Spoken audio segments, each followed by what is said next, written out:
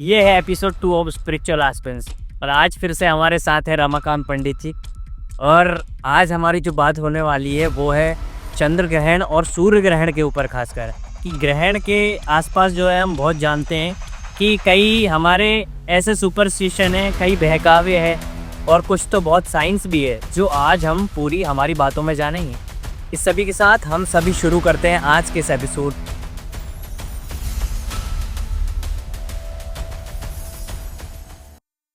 अब चंद्र ग्रहण और सूर्य ग्रहण जब लगता है तो ये मान्यताएं ये आज की नहीं है।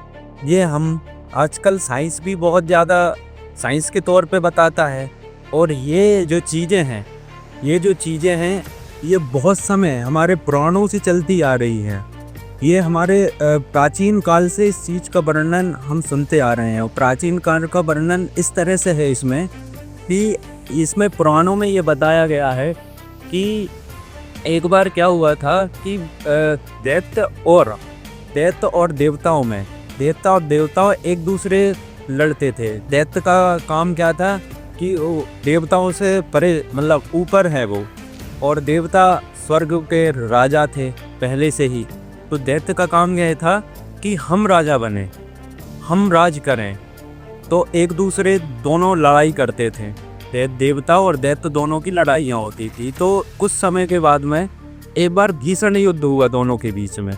जब भीषण युद्ध हुआ तो देवताओं को दैत्यों ने बहुत ज़्यादा परेशान कर दिया।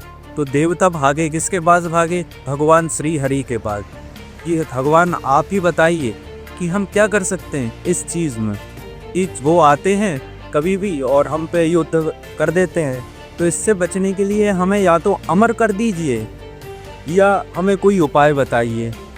तो भगवान ने कहा कि आपको अमर करना इतना आसान बात नहीं है, अमृत पाना इतना आसान बात नहीं है, लेकिन फिर भी ठीक है, मैं आपको एक उपाय बताता हूँ, उसके हिसाब से आपको अमृतत्व मिल जाएगा, तो आप इस उपाय को करिए। उन्होंने कहा क्या? तो भगवान ने उनको सलाह दी कि आप समुद्र मंथन करिए। समुद्र मंथन के द्वारा आपको अमृत प्राप्त होगा।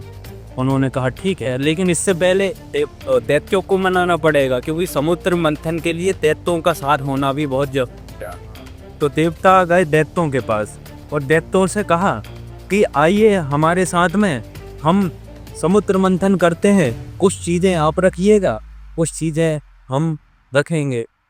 तो दैत्य भी मान गए कि चलो ठीक है, समुद्र मंथन करते हैं।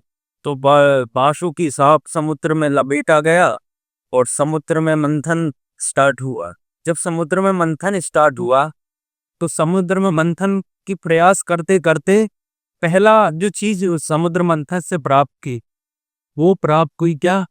पिस, जो पूरी सृष्टि को विनाश की ओर ले के जा सकता था, वो चीज निकली। तो देवता भी घबरा गए और दैत्य भी घबरा गए कि भाई हम इसका क्या करेंगे, इसकी जरूरत तो हमें भी नहीं है और इसकी जरूरत दैत्यों को भी नहीं है। तो दोनों परेशान हो गए। अब ये लेके पहुंचे भाई सभी देवता, और जो दैत्य थे वो भाई भगवान भोलेनाथ के पास लेके पहुंचे कि रक्षा आप ही कर सकते हैं, क्योंकि सृष्टि का पालन करने वाले भगवान विष्णु और सृष्टि का संहार करने वाले भगवान शंकर, क्योंकि सारे जो पाप हैं जो सृष्टि पे बढ़ते हैं उनका संहार भगवान शंकर करते हैं। तो भगवान ने कहा कि आप इस कष्ट से निवारण हम करेंगे, आप परेशान ना हो। तो भगवान ने उस पृष्ठ को अपने अंदर धारण कर लिया कंठ में। तो ये हो गया। फिर से मंथन स्टार्ट हुआ। जब मंथन हुआ तो उसमें कई रत्न निकले, जैसे कामधेनु गाय हो गई, माता लक्ष्मी हो गई, अश्व घोड़ा हो गया, ऐसी कई चीजें निकली। वो कई चीजें रत्न निकलने के बाद में लास्ट में जाके अमृत का कलश निकला उसी में से। तो जैसे ही अमृत का कलश निकला तो उस कलश की ओर भागने लगे देवता भी और दैत्य भी, और दोनों एक दूसरे को मारने लगे। फिर से युद्ध स्टार्ट हो गया। जिस युद्ध को खत्म करने के लिए जो मंथन किया जा रहा था, वो उस विष को वो अमृत को पाने के लिए फिर से एक दूसरे की ओर लड़ाई झगड़ा होने लगा, युद्ध होने लगा, दोनों में भीषण युद्ध हुआ। तो भगवान ने सोचा कि कुछ करना पड़ेगा भगवान विष्णु ने। तो भगवान विष्णु ने उस टाइम क्या किया कि भगवान विष्णु ने मोहिनी रूप धारण कर लिया और देवताओं और दैत्य यहाँ पे युद्ध चल रहा था, वहां पे पहुंच गए। अब भगवान विष्णु का मोहिनी रूप देखकर दैत्य और देवता दोनों मोहित हो गए और उन्होंने कहा उनसे कि आप ये लड़ाई झगड़ा मत करो, ये सबको आपको पर्याप्त मिलेगा, उसकी जिम्मेदारी हमारी है, आप बैठ जाओ। लेकिन जब दैत्य थे वो भगवान विष्णु का जो मोहिनी रूप था उसको देखकर मोहित हो गए पूरी तरह से। जब मोहित हो गए ना तो ठीक है कि हाँ तो भगवान तो बताइए हमको मिलेगा ना, दैत्यों ने पूछा। उन्होंने कहा पर्याप्त मिलेगा, आपको भी मिलेगा, देवताओं को भी मिलेगा, आप बिल्कुल परेशान और हैरान ना हो। आप पक्ति बनाइए दैत्यों की और देवताओं की, वो पंक्तियों में जाकर बैठिए, मैं आपको बारी बारी से अमृत का पान कराती। तो सारे देव और दैत्य भी मान गए कि चलो ठीक है, हमें अमृत मिलेगा तो हम बैठ जाते हैं। तो बैठे और भगवान ने मोहिनी रूप में थे वो, तो उन्होंने पहले थोड़ा सा छल भी किया क्योंकि मोहिनी अवतार में आए हैं देवताओं के साथ में। और छल छल करने के बाद में उन्होंने अमृत का पान कराना चालू किया किसके, देवताओं से। तो दैत्यों में एक एक जो दैत्य था, एक राक्षस था, वो बड़ा चतुर और चालाक निकला। उसने सोचा कि दैत्यों की बारी बाद में आएगी, ऐसा क्यों ना किया जाए कि पहले ही हम अपना छल करके और छल करने के बाद में देवताओं का रूप धारण करके एक दैत्य देवताओं की पंक्ति में आकर बैठ गया। और जैसे ही बैठा और मोहिनी रूप में भगवान ने अमृत का उन्हों को पान कराना स्टार्ट किया। तो अमृत पीना जब चालू किया देवताओं ने तो सबको बारी बारी से देते चले गए। और जो देवताओं के रूप में एक दैत्य बैठा हुआ था उसको भी अमृत का पान करा दिया भगवान विष्णु ने।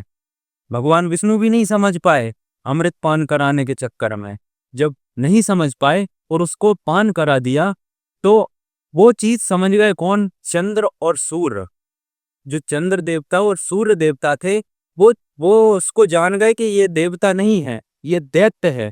तो उन्होंने इशारों में भगवान विष्णु को कहा कि ये देवता नहीं है, दैत्य है जो जिसने अमृत पी लिया है।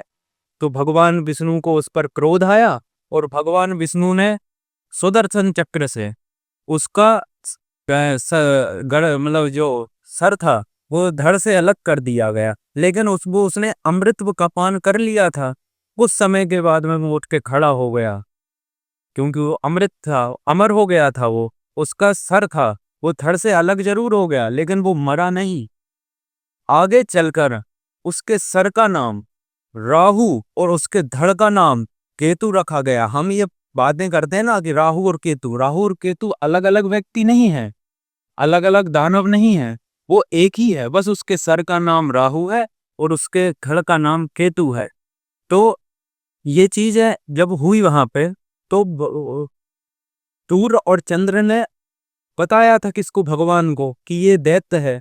तो वो जो दैत्य था जब उसकी गर्दन कट के अलग हो गई, धड़ अलग हो गया, तो वो नाराज हो गया किस पे, चंद्र और सूर्य पे, कि ये मेरे दोनों दुश्मन हैं क्योंकि इन्होंने बताया था कि ये दैत्य है। तो इसीलिए मेरी ऐसी हालत हुई है कि आज से मैं जीऊंगा जरूर, इस पृथ्वी पर रहूंगा, अमृत है मेरे पास, लेकिन मेरा सर अलग होगा और धड़ अलग होगा। तो इसी चीज का बदला लेने के लिए राहु पूर्णिमा की रात को जब पूर्ण चंद्र होता है ना, जब पूर्ण चंद्र होता है तो पूर्ण चंद्र होने के पश्चात राहु निगल लेता है किसको, चंद्र को, इसलिए चंद्र ग्रहण होता।